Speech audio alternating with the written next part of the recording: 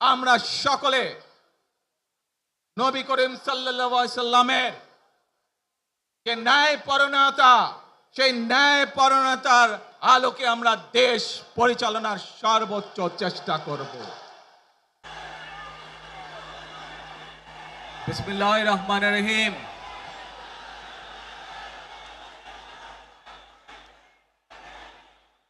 প্রিয় বাংলাদেশ, উপস্থিত প্রিয় মুরব্বীবর্গ, মঞ্চে উপস্থিত জাতীয় নেতৃবৃন্দ,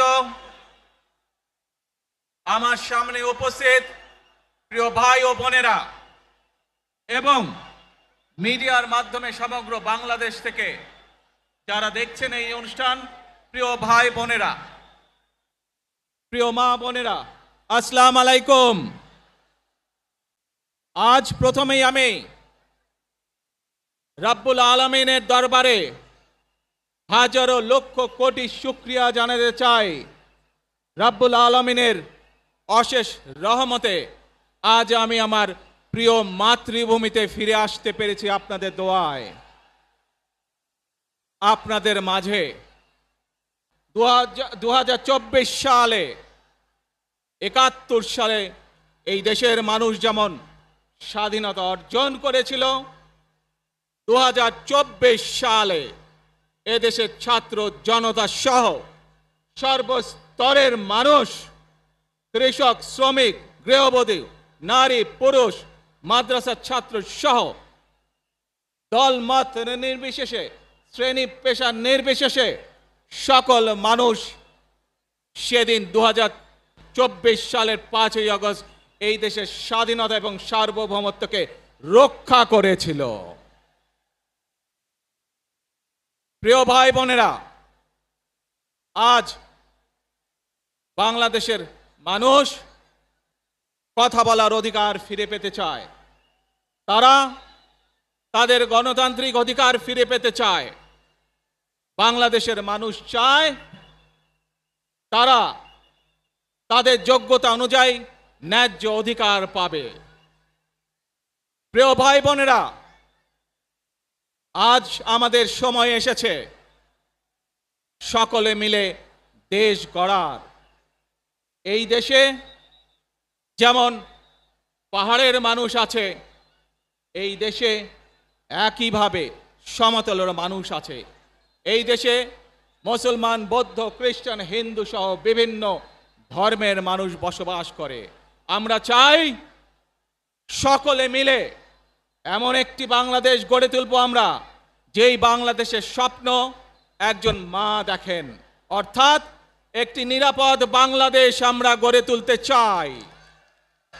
যে বাংলাদেশে একজন নারী, একজন পুরুষ, একজন শিশু যেই হোক না কেন, নিরাপদে ঘর থেকে বের হলে নিরাপদে ইনশাআল্লাহ ঘরে আবার ফিরে আসতে পারে।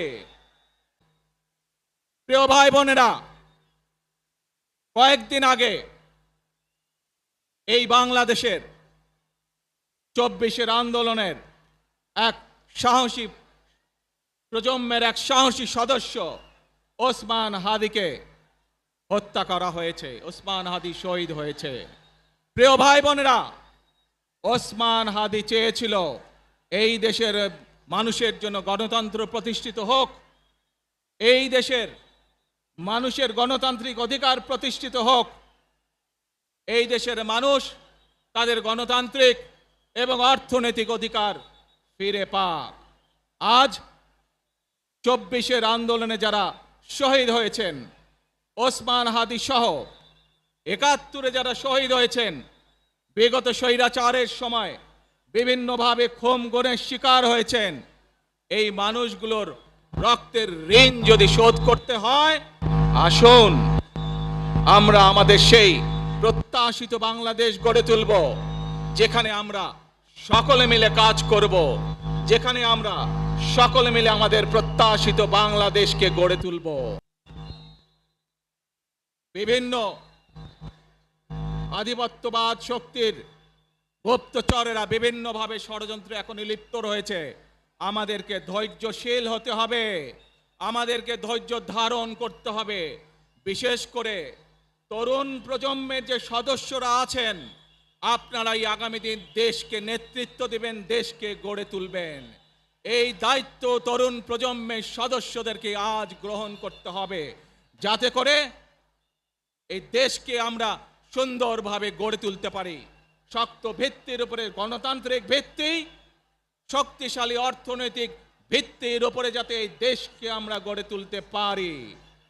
প্রিয় ভাই বোনেরা, আমার সাথে আজকে মঞ্চে এখানে বহু জাতীয় নেতৃবৃন্দ বসে আছেন। আসুন আজকে আমরা দুহাত তুলে আল্লাহর দরবারে দোয়া করে আল্লাহর রহমত আমরা চাই। যে সকল জাতীয় নেতৃবৃন্দ এই মঞ্চে আছেন, মঞ্চের বাইরে যে সকল জাতীয় আরো নেতৃবৃন্দ আছেন, আমরা সকলে মিলে এই দেশকে নেতৃত্ব দিয়ে আমাদের বাংলাদেশের জনগণের প্রত্যাশিত সেই বাংলাদেশকে আমরা গড়ে তুলতে চাই। আমাদেরকে যে কোনো মূল্যে আমাদেরকে এই দেশের শান্তি শৃঙ্খলা রক্ষা করতে হবে। যে কোনো উস্কানির মুখে আমাদেরকে ধীর শান্ত থাকতে হবে।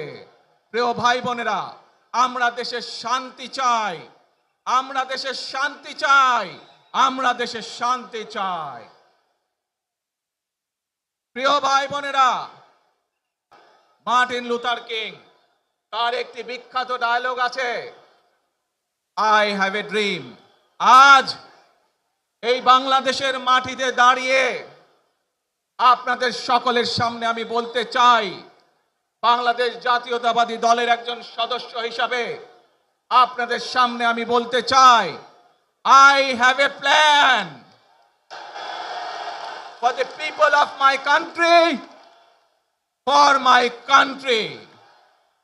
আজ এই পরিকল্পনা দেশের মানুষের স্বার্থে, দেশের উন্নয়নের জন্য, দেশের মানুষের ভাগ্যের পরিবর্তনের জন্য যদি সেই প্ল্যান, সেই কার্যক্রম, সেই পরিকল্পনাকে বাস্তবায়ন করতে হয়, প্রিয় ভাই বোনেরা, এই জনসমুদ্রে যত মানুষ উপস্থিত আছেন, এই সারা বাংলাদেশে গণতন্ত্রের শক্তি যত মানুষ উপস্থিত আছেন, প্রত্যেকটি মানুষের সহযোগিতা আমার লাগবে।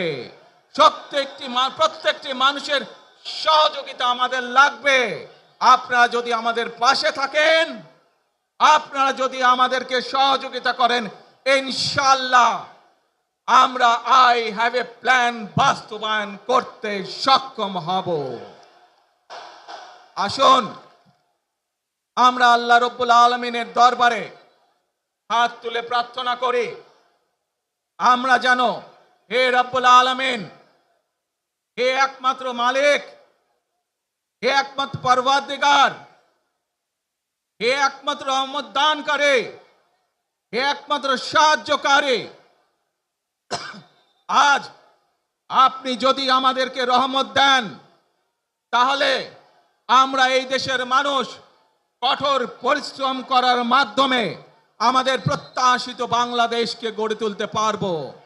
আজ যদি আল্লাহর রহমত এই দেশ এবং এই দেশের মানুষের পক্ষে থাকে, আল্লাহর সাহায্য, আল্লাহর দয়া এই দেশের মানুষের উপরে, এই দেশের উপরে থাকে, ইনশাআল্লাহ আমরা আমাদের প্রত্যাশিত বাংলাদেশ গড়ে তুলতে সক্ষম হব। প্রিয় ভাই বোনেরা, আজ আসুন আমরা সকলে মিলে প্রতিজ্ঞা করি যে ইনশাআল্লাহ আগামী দিনে দেশ পরিচালনার দায়িত্বে যারা আসবে, আমরা সকলে নবী করিম সাল্লাল্লাহু আলাইহি সাল্লামের যে ন্যায়পরায়ণতা, সেই ন্যায়পরায়ণতার আলোকে আমরা দেশ পরিচালনার সর্বোচ্চ চেষ্টা করব। প্রিয় ভাই বোনেরা, আজ আপনারা জানেন এখান থেকে আমি আমার মা দেশনেত্রী খালেদা, প্রিয় ভাই বোনেরা, সন্তান হিসাবে আমার মন আমার মায়ের বিছানার পাশে পড়ে আছে সেই হাসপাতালের ঘরে, কিন্তু সেই মানুষটি যাদেরকে যাদের জন্য জীবনকে উৎসর্গ করেছে, অর্থাৎ আপনারা এই মানুষগুলোকে, যাদের জন্য দেশনেত্রী খালেদা জিয়া জীবন উৎসর্গ করেছেন নিজের জীবন, সেই মানুষগুলোকে আমি কোনোভাবেই ফেলে যেতে পারি না। এবং সেজন্যই আজ হাসপাতালে যাবার আগে আপনাদের প্রতি সহ টেলিভিশনগুলোর মাধ্যমে যারা সমগ্র বাংলাদেশে আমাকে দেখছেন, আপনাদের সকলের কাছে কৃতজ্ঞতা প্রকাশ করার জন্য আজ আমি এখানে দাঁড়িয়েছি আপনাদের সামনে।